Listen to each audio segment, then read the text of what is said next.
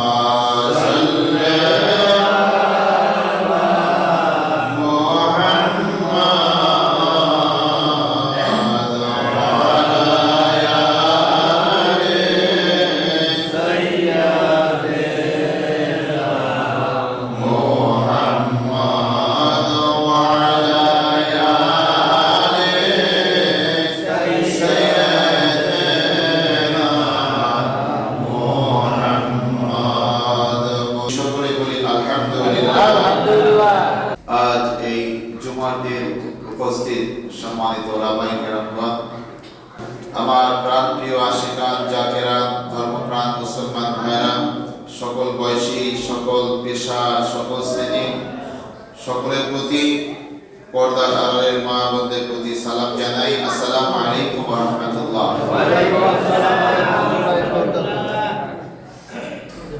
শাবান মাস এতই বরকতময় মাস, দয়াল নবী রাসূল পাক বলেন সাল্লাল্লাহু আলাইহি ওয়াসাল্লাম এ মাসে বেশি বেশি রোজা রাখতেন। সুবহানাল্লাহ। আল্লাহ তাআলা আমাদের প্রিয় নবী দুজাহানের বাদশা রাহমাতাল লিল আলামিনের ওসিলায় আমাদেরকে মর্যাদাবান করেছেন। জুমার দিনে অনেক রহমত এবং বরকত দান করেছেন এবং এই শাবান মাসে এমন একটি রাত দিয়েছেন যে রাত আল্লাহ তাআলা দোয়া কবুলের জন্য আমাদের জন্য নির্ধারণ করে রেখেছেন। বলেন সুবহানাল্লাহ। সেই মাস হলো এই মাসের সেই দিনটি হলো পবিত্র শবে বরাত। শব মানে হলো রাত, বরাত মানে কি ভাগ্য। অনেকে বিরোধিতা করে, আমি বিরোধিতা করি না, কারণ আল্লাহ তাআলা ভাগ্যের পরিবর্তন পারেন না? এটা করেন ইবাদতের মাধ্যমে। আপনি কোরআনুল কারীমে আল্লাহ তাআলা বলেন, যে জাতি তার ভাগ্য পরিবর্তনের চেষ্টা করে না, আমি আল্লাহ তাদের ভাগ্য পরিবর্তন করি না। তাহলে ইবাদত যদি আমরা বেশি করে আল্লাহ তাআলাকে ইবাদত করে রাজি আর খুশি করতে পারি, আল্লাহ তাআলা আমাদেরকে নিয়ামত বাড়াই দিতে পারেন না? অবশ্যই পারেন, কোনো সন্দেহ নেই। তাই হাদিস শরীফে আসছে 5 রাতে আল্লাহ তাআলা দোয়া কবুল করে থাকেন। একটা হলো পবিত্র শবে কদরের রাত, আরেকটা হলো শবে বরাত, আরেকটা হলো পবিত্র লাইলাতুল ঈদুল আযহার রাত, আরেকটা ঈদুল ফিতরের রাত, আরেকটা হলো জুমার রাত। সুবহানাল্লাহ। তো ঈদুল ফিতর বছরে একবার আসে, ঈদুল আযহা বছরে একবার আসে, শবে বরাতও একবার আসে, কিন্তু জুমার রাত প্রতি মাসে 4 বার 5 বার আসে। আলহামদুলিল্লাহ। সম্ভবত এবছর রমজান মাস সম্ভবত মনে হয় 5টা জুমা আমরা পেতে পারি। আলহামদুলিল্লাহ। জুমা যত বেশি আমাদের যত লাভ তত বেশি। আমি একটা আয়াতে হাদিস তেলাওয়াত করেছি। হাদিসটা হলো এরকম যে দয়াল নবী রাসূল পাক বলেন সাল্লাল্লাহু আলাইহি ওয়াসাল্লাম বলেন, আখলিস দীনাকা ইয়াকফিকাল আমালুল কলিল। যে তোমার নিয়ত যদি সহি থাকে, নিয়ত যদি সহি থাকে, মানুষ দেখানো না থাকে, আল্লাহ তাআলাকে রাজি খুশি করার জন্য যদি তোমার নিয়ত খালেস থাকে। কারণ কি? কারণ হলো প্রত্যেকটা ইবাদত, প্রত্যেকটা কাজের আগে শুরুতেই আমাদের সর্বপ্রথম যে কাজটি করতে হয় সেটা হলো নিয়ত করা। ফরজ নামাজ, ওয়াজিব নামাজ, সুন্নাত নামাজ, নফল নামাজ, জুমার নামাজ, সব নামাজে তাকবীরে তাহরিমা পড়তে হয়, সানা পড়তে হয়, সূরা ফাতিহা পড়তে হয়, কিরাত পড়তে হয়, রুকু করতে হয়, সিজদা করতে হয়, তাশাহুদ পড়তে হয়, দুরূদ শরীফ পড়তে হয়, দোয়া মাসুরা পড়তে হয়, ডানে বামে সালাম ফিরাইয়া নামাজ শেষ করতে হয়। তাহলে এই ফরজ, ওয়াজিব, সুন্নাত, নফল, মুস্তাহাব সব নামাজের সওয়াব কি এক? না। কথা বলেন। সওয়াব এক নয়, কিন্তু সিস্টেম এক। সওয়াব ভিন্ন ভিন্ন। এই সওয়াবটা ভিন্ন ভিন্ন হয় এই কারণে নিয়াতের উপরে নির্ভর করে। বলেন সুবহানাল্লাহ। এজন্য হযরত ইসমাঈল বুখারী রাহমাতুল্লাহ আলাইহি আল্লাহ তাআলা তাকে জান্নাতি করেছেন। আলহামদুলিল্লাহ। আলহামদুলিল্লাহ। যিনি বুখারীর প্রত্যেকটা হাদিস দয়াল নবীজির রওজা মোবারকের পাশে বসে প্রতিদিন রাতে গোসল কইরা সুন্দরভাবে সুগন্ধি মাখাইয়া সেখানে ইস্তেখারার নামাজ আদায় করে তারপরে মুরাকাবায় বসে দয়াল নবীজিকে প্রতি রাতে তিনি জিনান লাভ করেছেন। বলে সুবহানাল্লাহ।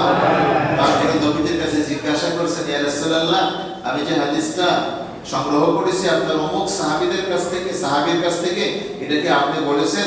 যদি আপনি বলেন তাহলে আমি এটা লিখবো, আর যদি না বলেন লিখবো না। নবীজি বলেন হ্যাঁ এটা আমি লিখেছি, আর যেটা বলেন নাই সেটা বলছে যেটা আমি বলি নাই। সুবহানাল্লাহ। সে বুখারী রাহমাতুল্লাহ আলাইহি সেই বুখারী শরীফের প্রথম যে হাদিসটা এনেছেন সেখানে তিনি লিখেছেন বিসমিল্লাহির রহমানির রহিম। হযরতে ওমর রাদিয়াল্লাহু তাআলা থেকে হাদিসটা বর্ণিত, ক্বালা রাসূলুল্লাহ সাল্লাল্লাহু আলাইহি ওয়াসাল্লাম ইন্নামাল আ'মালু বিন্নিয়াত। সুবহানাল্লাহ। নিশ্চয়ই কোনো সন্দেহ নাই তোমার প্রত্যেকটা কাজে নিয়ত যেমন তুমি করবে, এই নিয়তের উপরই তোমার সওয়াব নির্ভর করবে, তোমার ভালোবাসা আল্লাহ তাআলার দয়া নির্ভর করবে। বলে সুবহানাল্লাহ। ওয়া ইন্নামা লিমরিইন মা নাওয়া, তুমি যেমন নিয়ত করবে তেমন তার ফলাফল হবে। এটা তো আমাদের সামনে একদম প্রমাণিত যে জুমার নামাজ আদায় করি, জুমার নামাজের যে সওয়াব আর জোহরের নামাজের সওয়াব এক নয়, ফরজ নামাজের সওয়াব আর ওয়াজিব নামাজের সওয়াব এক নয়, ওয়াজিব নামাজের সওয়াব সুন্নাত নামাজের সওয়াব এক নয়, আর সুন্নাতের নামাজের যে সওয়াব নফল নামাজের সওয়াব এক নয়, আলাদা আলাদা। এর কারণ হলো নিয়তের উপরে নির্ভর। তাই আল্লাহ রাসূল সাল্লাল্লাহু আলাইহি ওয়াসাল্লাম বলেন আখলিস দীনাক, দ্বীনের প্রতি যদি তোমার ইখলাস থাকে, তুমি যদি মনে প্রাণে বিশ্বাস করো, ইয়াকফিকাল আমালুল কলিল, অল্প আমল তোমাকে নাজাতের ফয়সালা করে দেবে। বলে সুবহানাল্লাহ। দয়াল নবী রাসূল পাক সাল্লাল্লাহু আলাইহি ওয়াসাল্লামের কাছে একজন সাহাবী এসে জিজ্ঞাসা করলেন, ইয়া রাসূলুল্লাহ, ইয়া হাবিবাল্লাহ,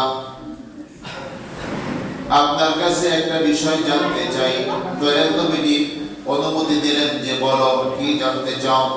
বললেন একজন মহিলা তিনি ফরজ নামাজ পড়েন, ওয়াজিব আদায় করেন, সুন্নাত আদায় করেন, বেশি বেশি নফল ইবাদত করেন, তাহাজ্জুদের নামাজ আদায় করেন, মানুষকে দান সদকাও করেন, কিন্তু তিনি মানুষকে তার ব্যবহার দ্বারা, মুখের কথার দ্বারা কষ্ট দেয়। এই মহিলার অবস্থা কি হবে? দয়াল নবী এক কথায় বলে দিলেন, এই মহিলা জাহান্নামী হবে। বলে নাউযুবিল্লাহ। ব্যাখ্যা করে দিতেছি। বললেন ইয়া রাসূলুল্লাহ, একজন মহিলা তিনি ফরজ নামাজ পড়েন, ওয়াজিব নামাজ আদায় করেন, সুন্নাত আদায় করেন, তেমন বেশি নফল ইবাদত করতে পারে না, রাত জেগে ইবাদত করতে পারে না, বেশি কোরআন তেলাওয়াত করতে পারে না, দান সদকাও তেমন করতে পারে না, কিন্তু তার মুখের ভাষা দিয়ে, কথা দিয়ে কোনো মানুষকে কষ্ট দেয় না। দয়াল নবীজি সাথে সাথে জবাব দিয়ে দিলেন, এই মহিলা জান্নাতি।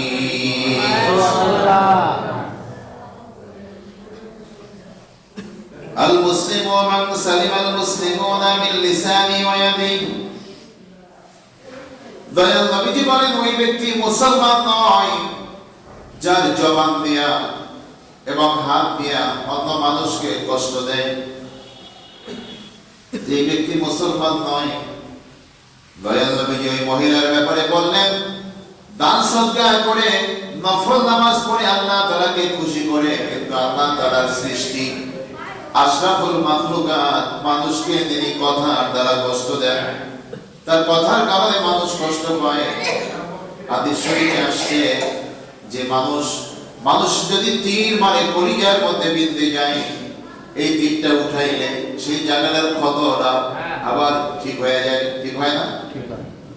তীর মারলে, বল্লম দিয়ে আঘাত করলে সেই জায়গাটা কিছুদিন পরে দাগ অনেক সময় থাকে না, দাগ মুছে যায়।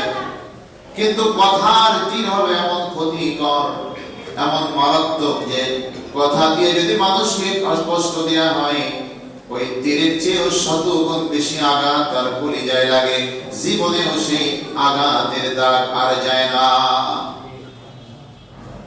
এজন্য দয়াল নবীজি বলেন, সে যতই নামাজ আদায় করুক না কেন, মানুষকে যদি কষ্ট দেয়, হাসরের ময়দানে আল্লাহ রাব্বুল আলামিন যখন মিজান প্রতিষ্ঠিত করবেন, সওয়াব এবং পাপের যেদিন বিচার করা হবে, সেদিন ওই মহিলাকে যখন কাঠগড়ায় দাঁড় করানো হবে হিসাব নেওয়ার জন্য, যত মানুষকে কষ্ট দিয়েছে কথার দ্বারা, তার ব্যবহারের দ্বারা ওই মানুষগুলো তাদের পাওনার জন্য এসে এখানে দাঁড়ায় যাবে।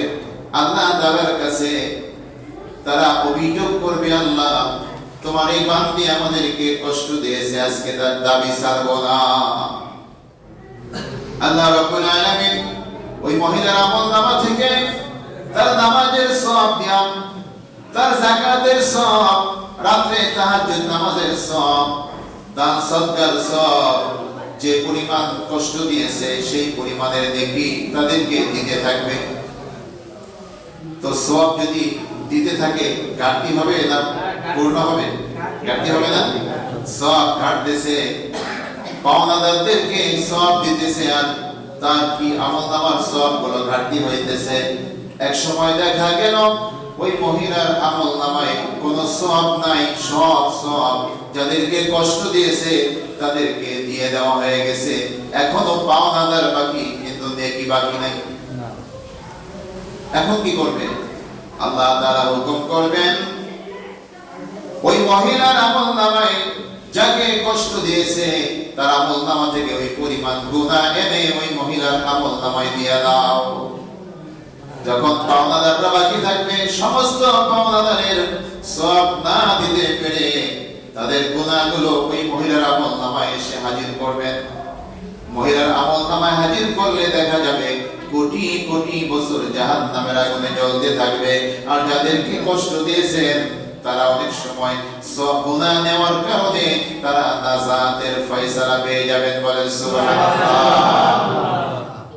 এজন্য হযরত আলী কাররামাল্লাহু ওয়াজহাহু আল্লাহর রাসূলের প্রিয় একজন সাহাবী, আল্লাহ তাআলার প্রিয় একজন বান্দা, আমিরুল মুমিনিন আল্লাহর ওলি হযরত আলী রাদিয়াল্লাহু তাআলা বলেছেন, তুমি মানুষকে কষ্ট দিও না, যদি কষ্ট দিয়েও থাকো সাথে সাথে তার কাছ থেকে মাপ চেয়ে নাও। কারণ এমন হতে পারে পরবর্তীকালে তার কাছে মাপ চাওয়ার আগে তুমি দুনিয়া থেকে বিদায় হয়ে যাবে। হইতে পারে না? আমি এখন আপনারে কষ্ট দিলাম, দেখা গেল আমি নামাজ পড়ে বাসাও যেতে পারলাম না, আল্লাহ তাআলা আমাকে দুনিয়া থেকে বিদায় করে দিল, আপনার কাছে তো মাপ চাওয়ার সুযোগ পাইলাম না। আমার কিবলা জানের আদর্শ দেখেছি, নবীজি কিন্তু পাই নাই। সুন্নাত তার হাদিস শরীফ পড়েছি, আলেম ওলামাদের কাছে শুনেছি, তিনি কখনো মানুষকে কষ্ট দিতেন না। তাকে যতই কষ্ট দেওয়া হোক তাদের প্রতি তিনি অবিচার করতেন না। তার ভাষাগুলো এত সুন্দর ছিল যে তার মুখের ভাষা শুনে অন্য বিধর্মীরা মুসলমান হয়ে যেত। বলেন সুবহানাল্লাহ। আমার কিবলা জান জীবনে আপনি ছাড়া কোনো মুরিদানদের সাথে কথা বলেন না, তুই তুমি কখনো বলেন নাই, সবসময় বলতেন আপনি। যখন কোনো মুরিদেরা বায়না ধরতো, জোর করত যে বাবা এই সমস্যা সমাধান করে দিতে হবে, তো তিনি যখন তাদেরকে বলতেন যে বাবা পরে আসেন বা আপনি যান, আল্লাহ দয়া করবেন, অনেক আছে না একটু শব্দ টাইপের, না বাবা ফয়সালা করে দিতেই হবে, তখন দেখা যেত যে তার চেহারা মোবারক লাল হয়ে যেত, কিন্তু ভাষা সংযত রাখতেন, ভাষা কখনো খারাপ করতেন। সুবহানাল্লাহ বলেন। তিনি তখন কি বলতেন যে বাবা যান, আপনার দাদা হুজুর, মানে আমার দাদা হুজুর এনায়েতপুরী রাহমাতুল্লাহ আলাইহি বলতেন, আপনার দাদা হুজুরের ওসিলায় আল্লাহ তাআলা আপনাকে দয়া করবেন। সুবহানাল্লাহ।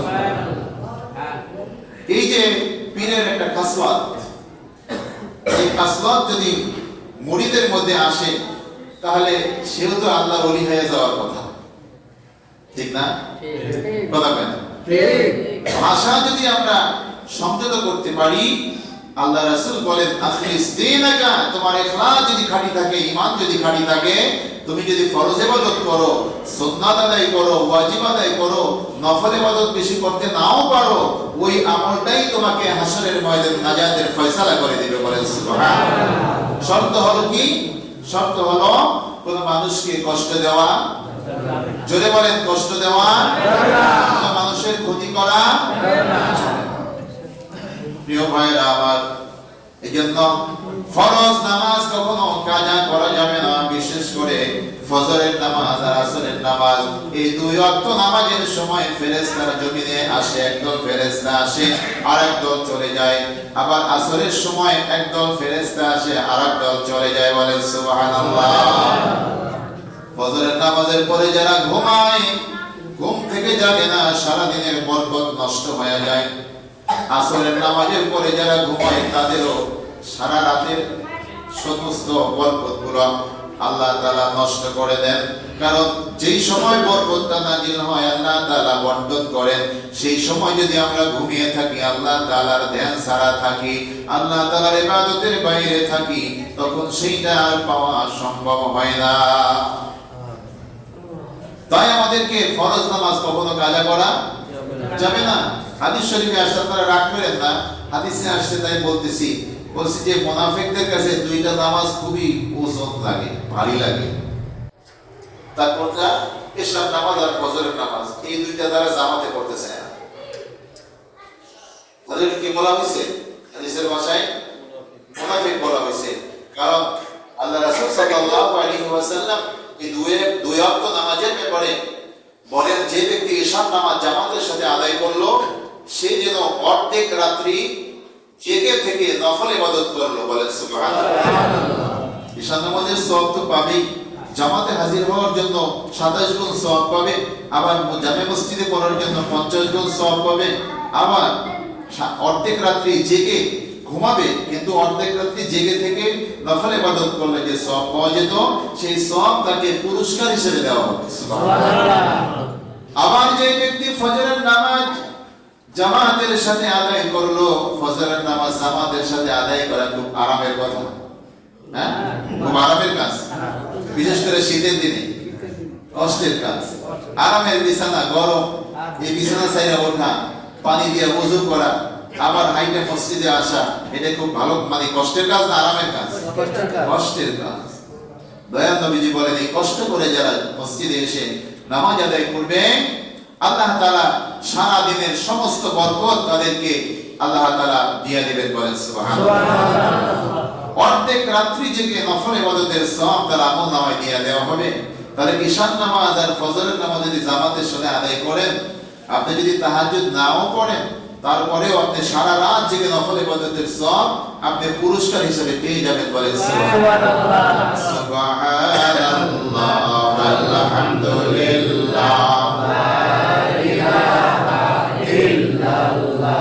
জবান খুলে পড়েন সুবহানাল্লাহ, আলহামদুলিল্লাহ, লা ইলাহা ইল্লাল্লাহ, লা ইলাহা ইল্লাল্লাহ, মুহাম্মাদুর রাসূলুল্লাহ, লা ইলাহা ইল্লাল্লাহ, মুহাম্মাদুর রাসূলুল্লাহ। আসছো একা যাইবার একা, সঙ্গে কেহ যাইবে না। আজরাইল যেদিন ধরবে তোমায়, কেউ রাখিতে পারবে না। সুবহানাল্লাহ, আলহামদুলিল্লাহ, লা ইলাহা ইল্লাল্লাহ।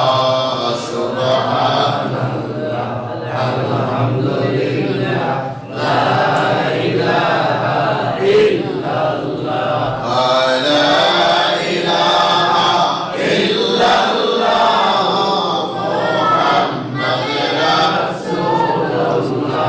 আবার লা ইলাহা ইল্লাল্লাহ, মুহাম্মাদুর রাসূলুল্লাহ। থামেন থামেন, বলেন সাল্লাল্লাহু আলাইহি ওয়াসাল্লাম। তিনি বোবা, বাম হাত বুকে দিয়ে রাখছেন জিকির করার সময়। জিকিরের সময় যদি আপনি মুখ বন্ধ করে রাখেন, এই সওয়াব আপনি পাবেন না? পাবেন না। বিশেষ করে আমার সামনে যদি বসেন, দয়া করে মুখ বন্ধ রাখেন না। আপনি একা হয়তো আমারে দেখেন, সবাই দেখতেছেন, আমি কিন্তু আপনাদের সবাই দেখতেছি। আমার সামনে বসে দুরূদ পড়ার সময় দুরূদ শরীফ পড়তে হবে, সালাম দেওয়ার সময় সালাম দিতে হবে, জিকির করার সময় জিকির করতে হবে। যদি না চান তাহলে আড়ালে বসবেন, সামনে না। শয়তান আপনাকে ধোঁকা দিয়ে মুখ বন্ধ করে রাখছে। এই জবানের মালিক কে? আল্লাহ। কথা বলার শক্তি দিয়েছে কি? আল্লাহ। আল্লাহ যদি কথা বলার শক্তি বন্ধ করে দেয়, কোন ডাক্তারের ক্ষমতা আছে আপনার কোনো কথা বলার?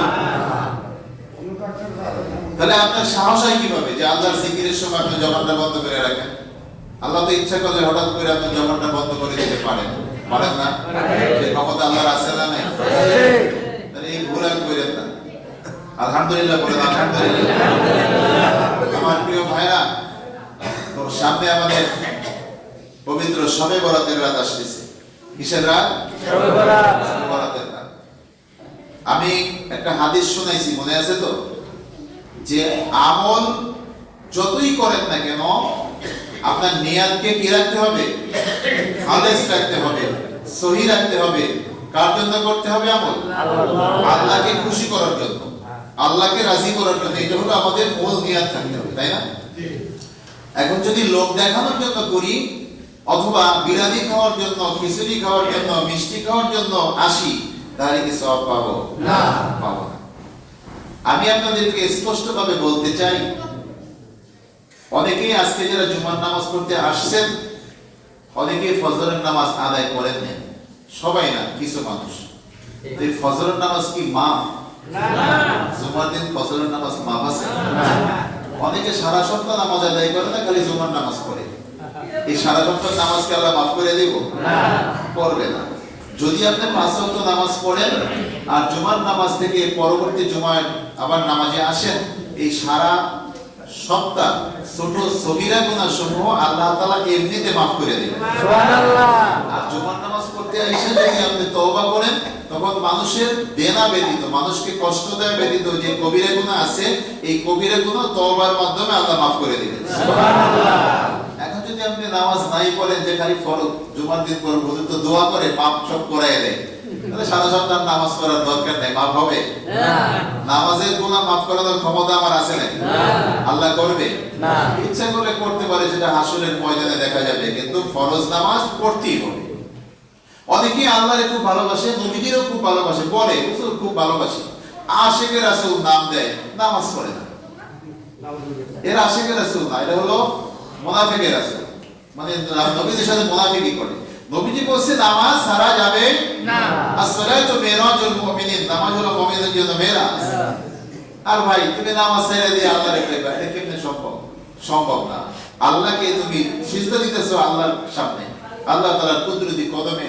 এটা কোনো মানুষকে নয়, কোনো মাওলানা, কোনো মুহাদ্দিস, কোনো মুফাসসির, কোনো ইমাম সাহেব, কোনো পীর সাহেবের দরবারে না। সিজদা দেই কার সামনে? আল্লাহর সামনে। এইটাই যদি তুমি না করো, তাহলে আল্লাহরে কেমনে ভালোবাসো? এটা তো এক ধরনের মুনাফিকি বলা হয়। তো শবে বরাতের রাতে অনেকে ইবাদত করতে আসবেন। তো ইবাদত করতে যখন আসবেন, দেখা গেল যে মাগরিবের নামাজও তারা জামাতে আদায় করবেন না, ঈশার নামাজও অনেকে আদায় করবেন না, মিলাদের পরে আপনারা তাবারক খাইতে আসবেন। এটা কিন্তু ঠিক না। আপনি সারা রাত জেগে ইবাদত করলেন, ফজরের নামাজ জামাতে পড়লেন, সারা রাতের ইবাদতের সওয়াব এরকমের কোটি রাতের সওয়াব একত্র করলে এক ওয়াক্ত ফরজ নামাজের সওয়াবের সমান হবে না। তাহলে ফরজ নামাজ ছাড়া যাবে না। ফরজ নামাজ পড়ে, ওয়াজিব নামাজ আদায় করে, সুন্নাত আদায় করে, তারপরে নফল ইবাদত করবে। যদি আপনি না পড়েন নফল, গুনাহ হবে না, কিন্তু পড়লে অনেক সওয়াব পাওয়া যায়। এই জন্য যে আপনি শুধু নফল পড়বেন, ফরজ করবেন না, এটা হবে না। আমি এখনই সময় দেব, যখন 4 রাকাত বাদাল জুমা আদায় করব, তখনই যারা ফরজ নামাজ পড়েন না ফজরের নামাজ, তারা 2 রাকাত ফজরের ফরজ নামাজ আদায় করে নেবেন। আসুন আমরা সকলেই তওবা করি। আউযু বিল্লাহি মিনাশ শাইতানির রাজীম। মন থেকে করবেন, মুখে বললে হবে না। আউযু বিল্লাহি মিনাশ শাইতানির রাজীম। আউযু বিল্লাহি মিনাশ শাইতানির রাজীম। বিসমিল্লাহির রাহমানির রাহিম। বিসমিল্লাহির রাহমানির রাহিম। আস্তাগফিরুল্লাহ, আস্তাগফিরুল্লাহ। রাব্বি মিন কুল্লি যামবিন ওয়া আতুবু ইলাইহি লা হাওলা ওয়ালা কুওয়াতা ইল্লা বিল্লাহিল আলিয়্যিল আযীম।